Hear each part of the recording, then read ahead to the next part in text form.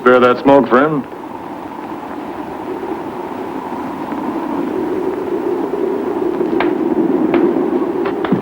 I'll trouble you for a light, friend.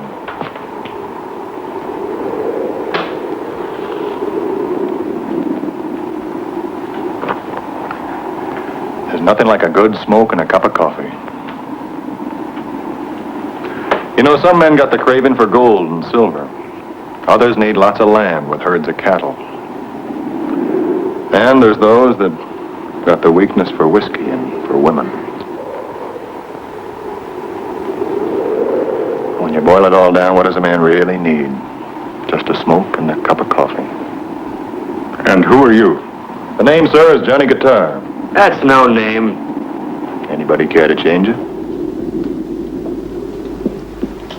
I don't understand Johnny Guitar. Do you? Huh? I'm sure you do, you see. I've asked this of many, many young men, and a few young ladies, And you understand, don't you? But I don't understand. I don't know what's it about. A jerk like me? You see, I didn't know what I was doing. You follow me? What's it about? You tell me. Felix, you tell me. What does Johnny Guitar say to you? If it says anything, what's it say? It's about emotion. Huh? It's about emotion. Yeah, but of course, but what?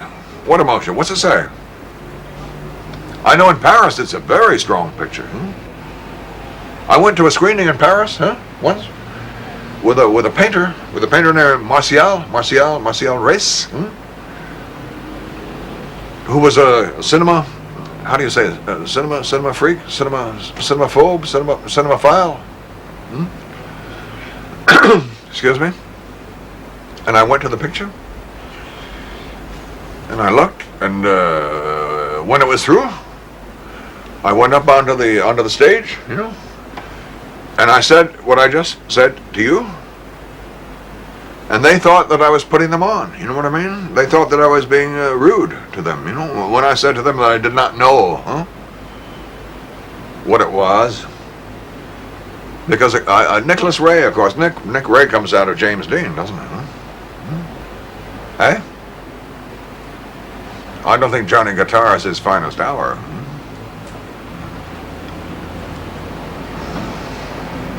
Of course, I was tremendously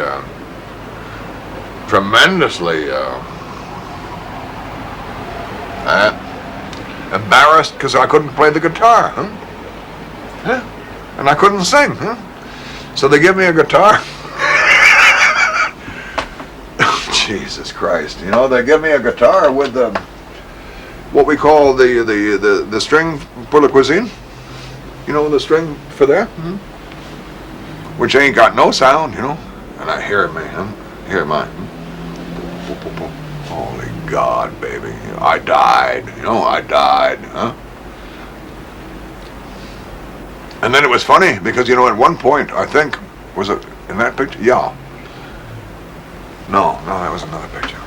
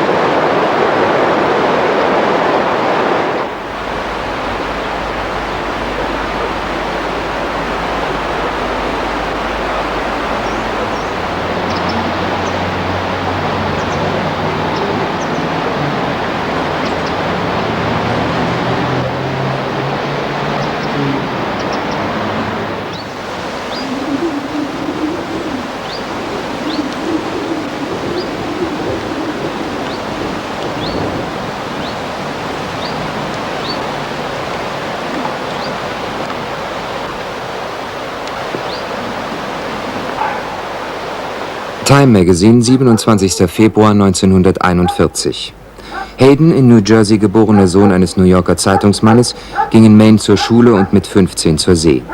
Er war 2 Jahre lang Fischer im Nordatlantik, fuhr einige Monate lang Sportangler auf seiner eigenen Yacht, der Vagrant, und erwarb sein Kapitänspatent, während er zwischen Miami und Havanna Heizer auf dem Dampfschiff Florida war. Als Kapitän des Segelschoners Chiva schipperte Captain Hayden in der Karibik und mit der 30-Meter-Brig Florence C. Robinson segelte er nach Tahiti. Vor 2 Jahren kaufte er mit einem Partner den für Kaiser Wilhelm II. Gebauten Schoner Aldebaran mit dem Plan, eine Schiffslinie zwischen Tahiti und Hawaii zu errichten. Auf der Fahrt nach Boston geriet die Aldebaran in einen Hurrikan und musste ein Wrack Charleston, South Carolina anlaufen. Ein Reporter aus Boston war es, der zuerst geschrieben hatte, dass der große braungebrannte Hayden mit seinem zerzausten goldenen Haarschopf beim Film sein sollte. Nach dem Verlust der Aldebaran entsann sich Haydens Freund Larry O'Toole dieses Reporters, suchte ihn auf und kam durch ihn in Kontakt mit einem Hollywood-Agenten. Der Regisseur und Produzent Edward Griffith suchte gerade einen zweiten Hauptdarsteller für Virginia, machte einen Test, gab ihm einen Vertrag.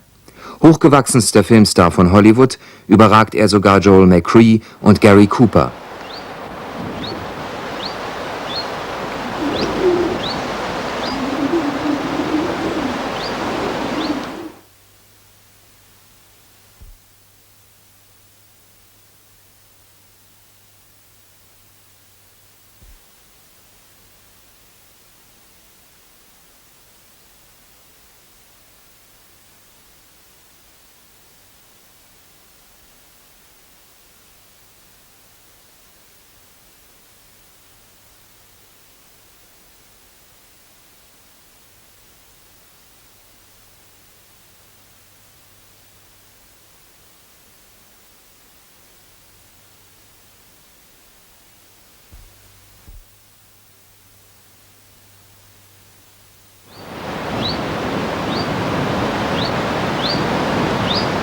Los Angeles Times, 27. September 1945. Captain John Hamilton von den Marines, Ihnen wahrscheinlich als Sterling Hayden, Filmschauspieler, Ehemann von Madeleine Carroll bekannt, spielte, wie heute eröffnet wurde, auf dem europäischen Kriegsschauplatz eine dramatischere Rolle als in jedem Filmdrama. In einer Pressemitteilung offenbarte der militärische Sicherheitsdienst OSS, dass der blonde, 1,93 Meter große Schauspieler mit einer kleinen Flotte von Fischerbooten entlang der dalmatinischen und albanischen Küste operierte. Er verhalf alliierten Fliegern zur Flucht nach Italien, transportierte Nachschub zu OSS-Agenten in Jugoslawien und Griechenland und unterstützte Marschall Titos Partisanen in ihrem Guerillakampf gegen die Deutschen. Fast 10 Jahre lang Seefahrer, hatte Hayden sich bereits in Großbritannien zum Fallschirmspringer ausbilden lassen, ehe er sich im Oktober 1942 zum Militärdienst meldete.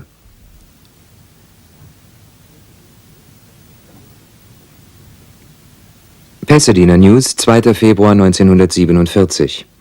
Sterling Hayden, zweifacher Weltenumsegler und der einzige echte Seemann der Filmkolonie, erhielt das Angebot eines Verlages, ein Buch über seine Jahre auf See zu schreiben. Der hünenhafte blonde Star erklärt, er habe sich zwar bereits an experimentellem Schreiben versucht, sei aber nicht überzeugt, schon als Buchautor qualifiziert zu sein.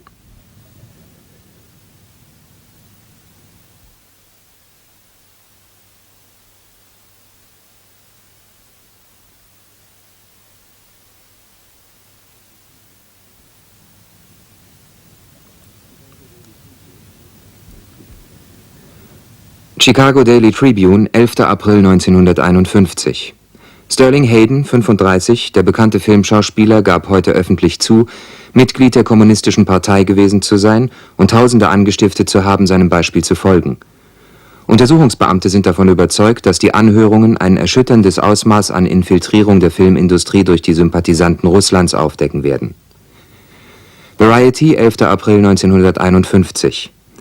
Der Schauspieler gab an, sein Eintritt in die Partei sei idiotisch gewesen.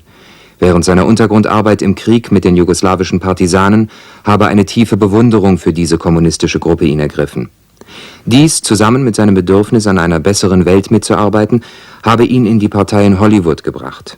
Haydens Zeugnis zufolge waren auch Robert Lees, A. Polonsky und Lloyd Gough Mitglieder der Partei, ebenso Karen Morley. Los Angeles Daily News, 29. Mai 1951. Sterling Hayden wurde heute als erstem von den Hollywood-Schauspielern, die vor dem Komitee gegen unamerikanische Umtriebe ehemalige Mitgliedschaft in der Kommunistischen Partei zugegeben hatten, wieder eine Filmrolle angeboten. Der große blonde Hauptdarsteller unterzeichnete für eine Rolle in dem Eisenbahnwestern Denver and Rio Grande.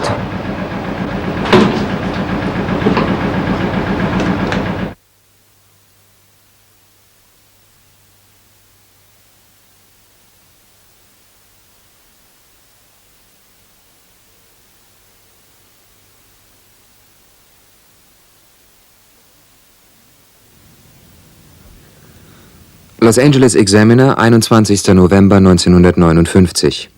Schauspieler Sterling Hayden erklärte gestern, er wolle die Schauspielerkarriere, die er vor 2 Jahrzehnten durch puren Zufall begonnen habe, aufgeben und hoffe, in Zukunft seine Zeit dem Schreiben und der See zu widmen. Ich habe über $30.000 Schulden. Ich will dieses Geld aufbringen, möchte es mir aber, wenn irgend möglich, auf meine eigene Weise verdienen. Mit dem Filmen ist Schluss, vorausgesetzt, ich kann es mir leisten. Hayden, der vor Gericht die Erziehungsberechtigung für seine 4 Kinder zu erstreiten sucht, welche er entgegen ausdrücklichem Gerichtsbeschluss vor 11 Monaten auf seine Fahrt nach Tahiti mitgenommen hatte, erklärte, eine Gefängnisstrafe bewusst in Kauf genommen zu haben.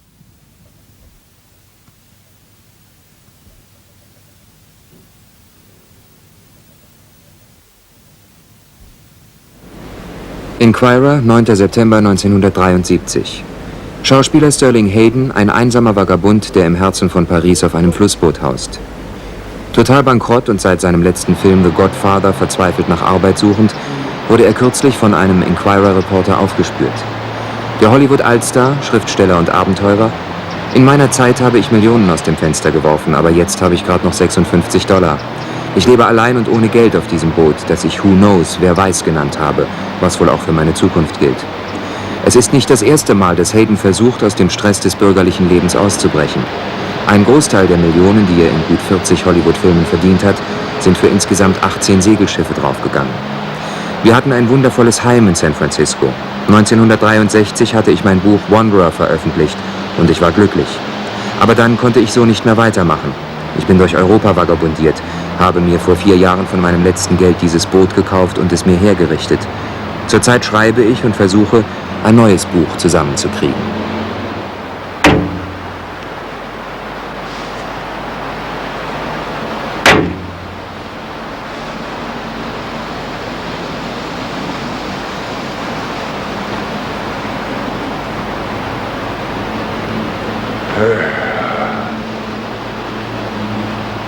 What's more? Right?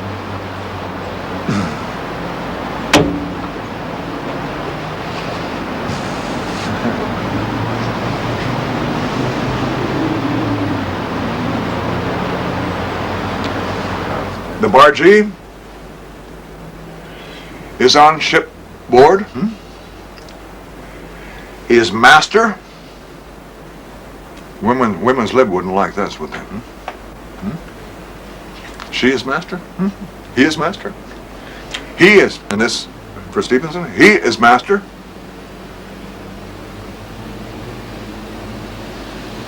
In his own ship. He can land wherever he will. And this part has to do with sailing ships, you know, with the Outremer, eh? The Outremer. Have you done any sailing? He can never be kept beating means fighting with the wind, you know. Here we don't fight with the wind, you know. What the fuck, huh? It's very, very safe here, huh? He can never be kept beating off a lee shore. Oh Christ, I'm going to read you something, man. A whole winter's night, when the sheets, that means the the lines, the cord, are hard as iron, and so far as I can make out, time,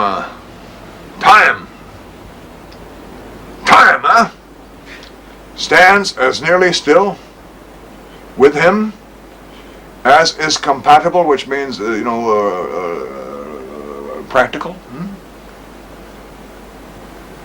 with the return of bedtime or the dinner hour. It is hard it is not easy to see why a bargee should ever die. Hey? Well.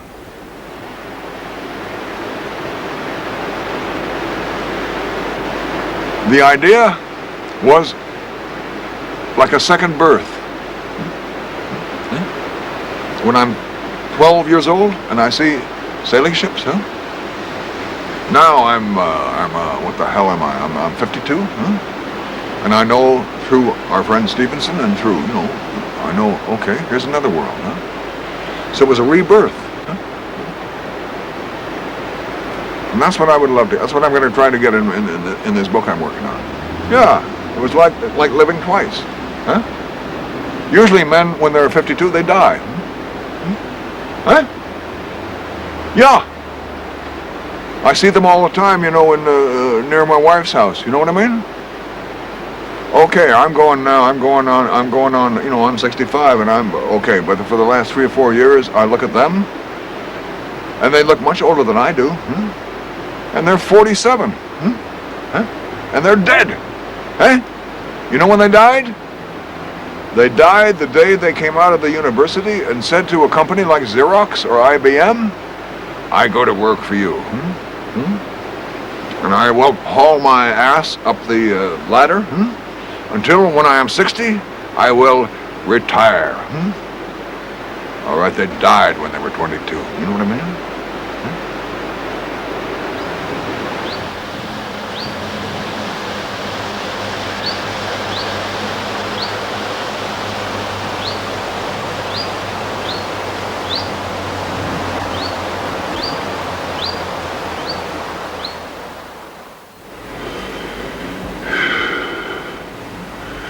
I started to say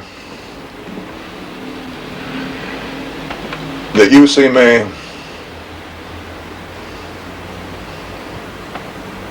on the obvious surface as an alcoholic right now. Sure, okay. And for some reason, as I began to say to you, because of some quality in you, I thought, okay, let her go. Okay, but that's only part of it. There's a thing called depression.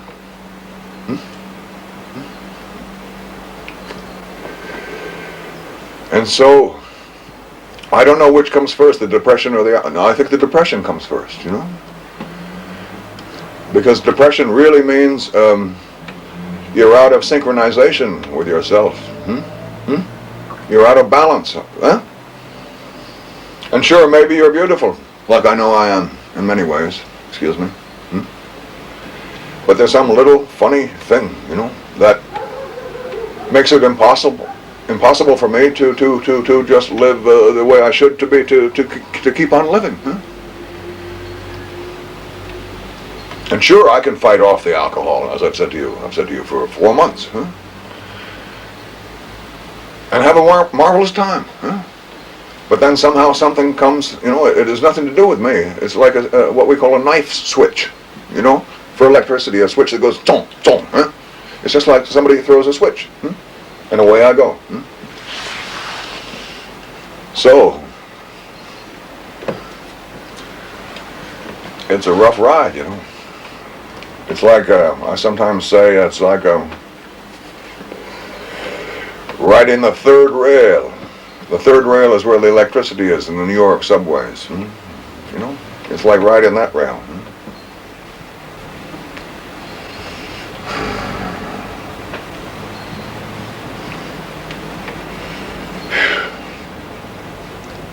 And I have a man here who's part of me.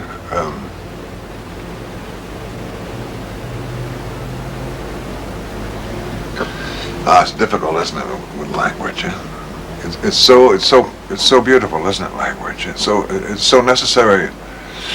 If any of you wrote, to be precise. So if I read now to you, you understand vaguely what I'm saying, right? But not the precision. But I'll read it anyway. Captain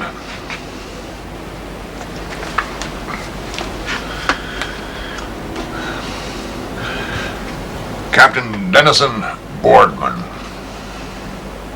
awakened reluctantly, in Banning Blanche's palace car, the railroad car, of the elegance. In the middle of such a monumental hangover, that for a solid 3 minutes, he was unable to open his eyes. None of you know that yet. Indeed, it was all he could do to slither, which is fall, off the bed, and crawl on all fours about, on his legs, on his knees, and on his,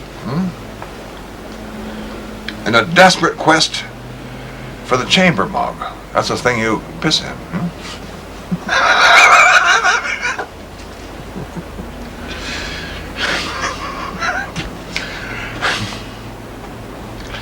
A handsome example of the potter, that's the people who make pottery.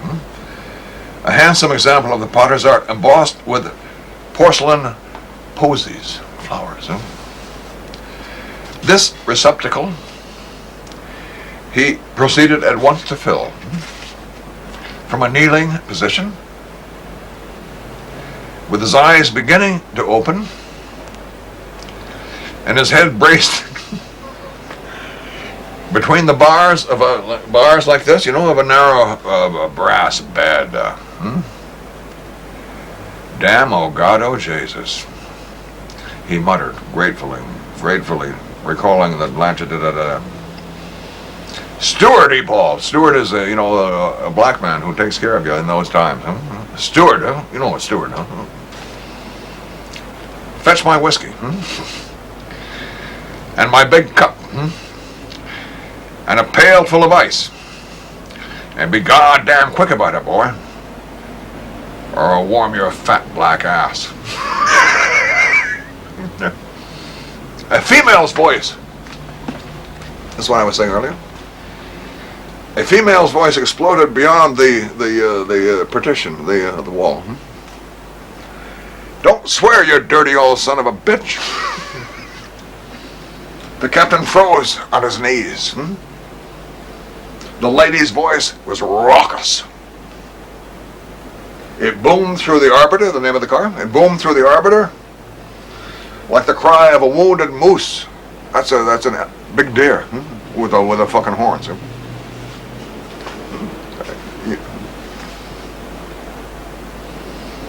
And reaching the extremities, of the car, came volleying back with a rush of air as the big ex-shipmaster, upsetting his potty, he turned over his piss pot, lunged headlong back on the bed. Land of Goshen, that's an American expression. Land of Goshen, I don't know, it comes from the Bible, I think. Land of Goshen, Goshen is somewhere near Jerusalem. Land of Goshen, he groaned. I brung the hussy with me. You understand? I went to a hospital for alcohol. And one of the people, one of the ladies who was an instructor, like a teacher, and she said, she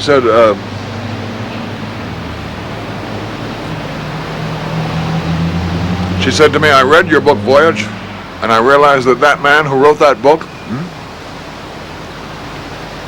knew much more than I know about alcohol. So your question doesn't really make sense to me. Huh?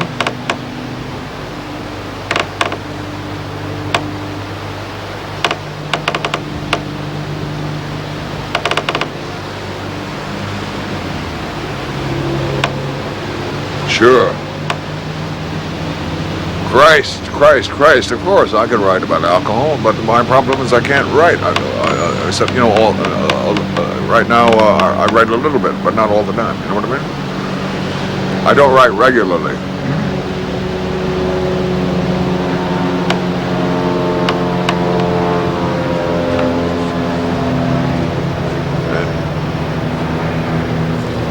I was going to do a picture with, I told you, the man named Alan Pecula took an option on Wanderer.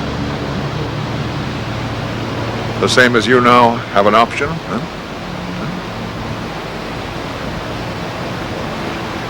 And he was going to do a picture with Jane Fonda and with Jimmy Kahn.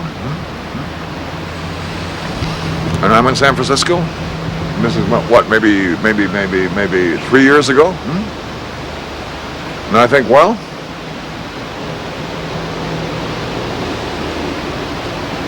I'm doing now, I'm drinking too hard,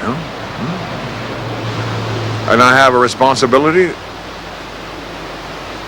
I had, to him, if I signed a contract to do a picture called, Christ, what was it called? Something about horses. And I called him, and I said, Alan, I can't work because I'm drinking hard. He said, well, you will probably stop. And I said, well, maybe no. I said, I owe it to you and to Jimmy Kahn and to Jane Fonda. If I sign a contract and I come to work, I'm going to be able to work. Hey? And he said to me, there is such a thing as professional discipline. You understand me? I said, I know that. But at the moment, I'm going very hard. And so I did not do the picture. I blew $250,000, which I'm always blowing $250,000. Hey? Now, what confuses me, if you'll excuse me, is that I ain't all that unhappy. You know what I mean? Part of me is very happy. Part of me knows I'm strong. I know I can write. I know I have this ship. I know I have my, not only one son, but many sons. And one beautiful daughter. Hey, so why do I drink? I don't know. But nobody knows, Why do people kill themselves? Some of the most beautiful people that you know, Hey?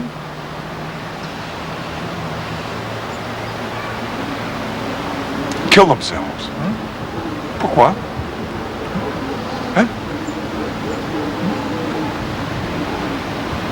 Virginia Woolf. Lovely, crazy, bisexual English writer, One day put some rocks, some stones in her pocket and walked into the river in front of her house and drowned herself. Hemingway? But one day, when he was only, 56? Takes, like I said the other day, he takes a double-barreled shotgun, and he blows his head off. Why do I fall in hell? Same thing. This is a form of suicide, Surely. I think, no? Surely. If it had not been for my son, I would not be here this morning, Because I could not, like I said this morning, I could not get my head out of the water, you know what I mean? And my friend, he comes after me, he comes right in, Right in, And he grabs me. Bonsoir.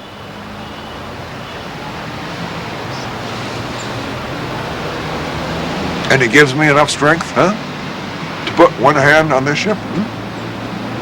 One.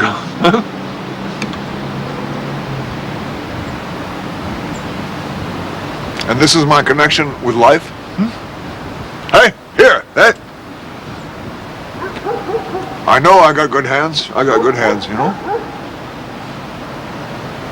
And I hang on. And he comes around, with this boat very quickly. And somehow he pulls me out, I couldn't do anything. Huh? Excuse me.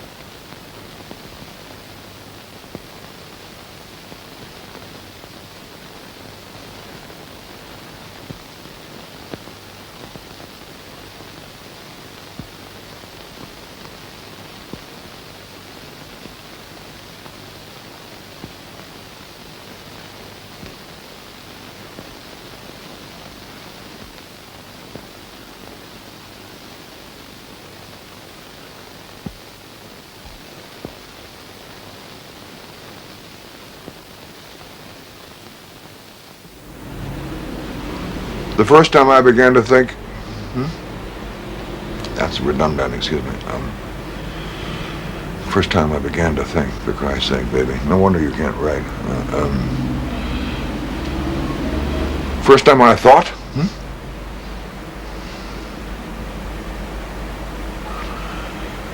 we come in off the goddamn Grand Banks, and we sell fish for 2 cents a pound. And the same afternoon, my mother buys the fish for 11. I thought, oh, wait a minute. Huh? Okay. Oh, yeah. Huh?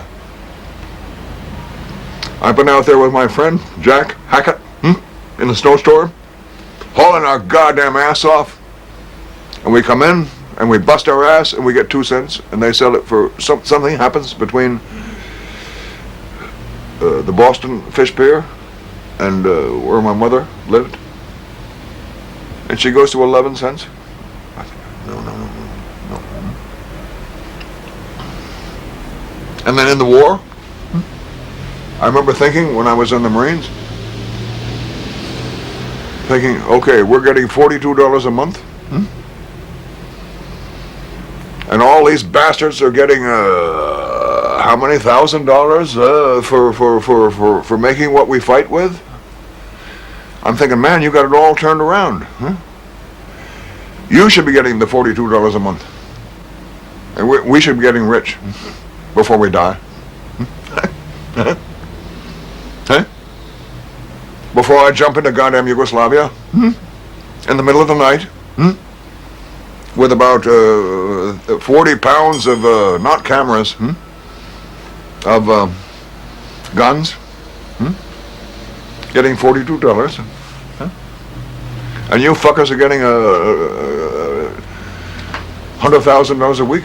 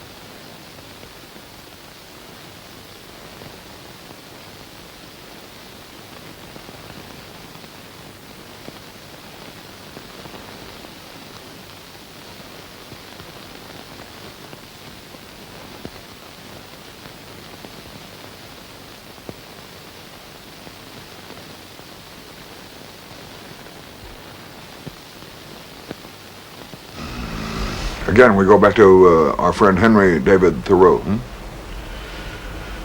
who said to do anything for money is to go downward. To do anything for money only is to go downward perpendicularly. And I used to talk this way because I always talk, I always talked like I'm talking now. I talked about ships, and the world. But at the same time, I did bullshit.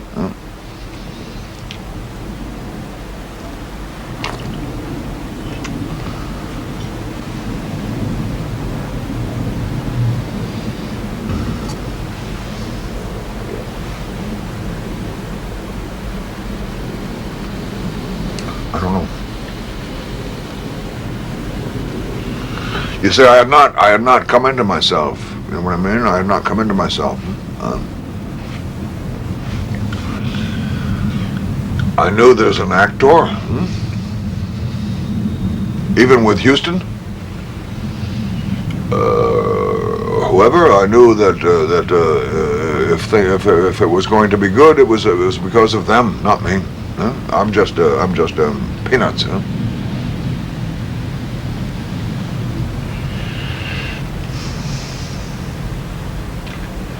And maybe I was just I was having to take my time before I could get, to this machine or to that machine.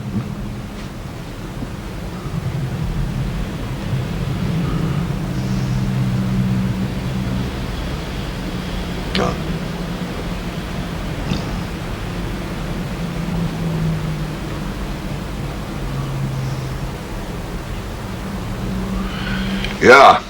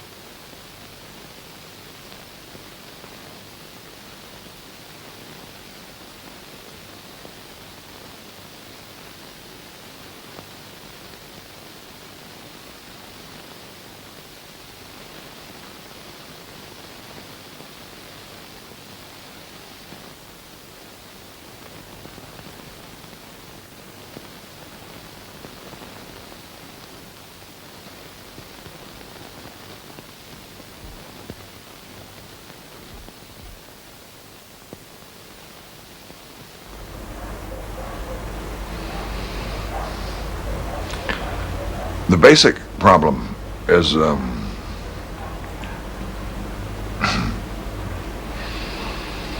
do you have the capacity to fight, huh? Right?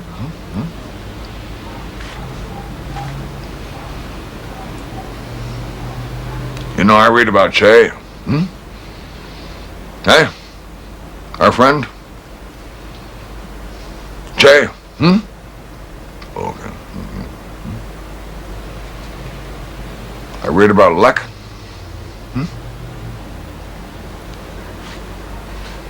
I think in a way, yeah, I'd like to do that, but I cannot. I'm not that strong. It's that simple. I don't have the strength to be Fidel, or Che, or Lek, or all the people around the world tonight who are fighting. Whose names we don't know? No. What I want to do is crash right here, in this beautiful place. Put a vin, put a hashish, put a music, or go to the hotel, or meet my wife in the Plaza Hotel. As I said, perhaps the most beautiful hotel, and certainly in the United States.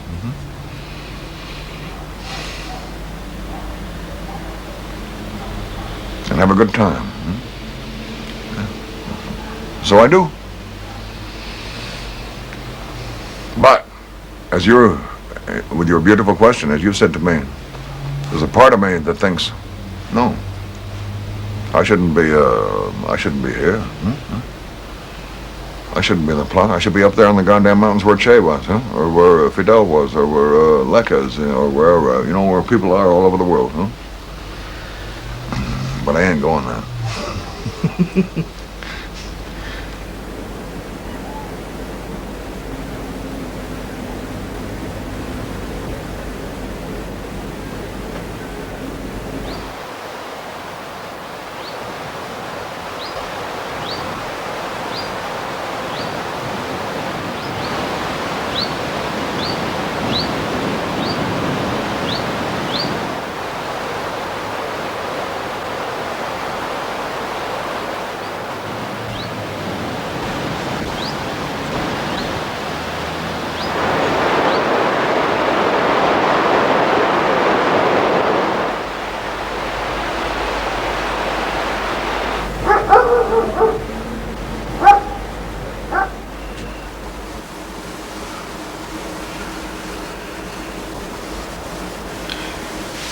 What I really see, of course, is the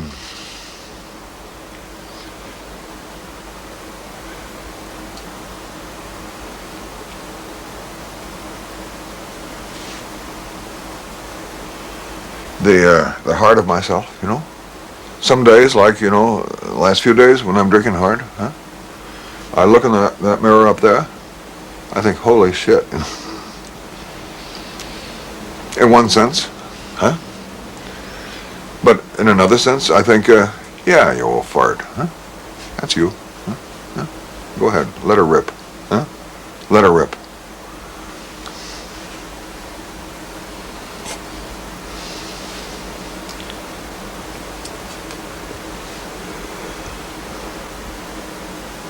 I never feel, may I say, diminished. I just think like if I looked in the mirror now, huh? I think, hey, baby, slow down, huh? Stop, huh? Stop the booze, huh? Sure. On the other hand, as we've said to each other, I think, well,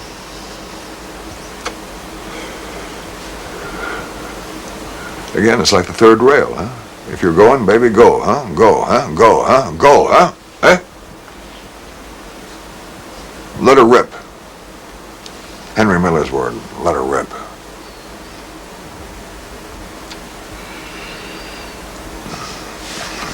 I love that expression, let her rip. Great, isn't it? Let her rip. Hmm? No? Yes. Hmm? Let her rip.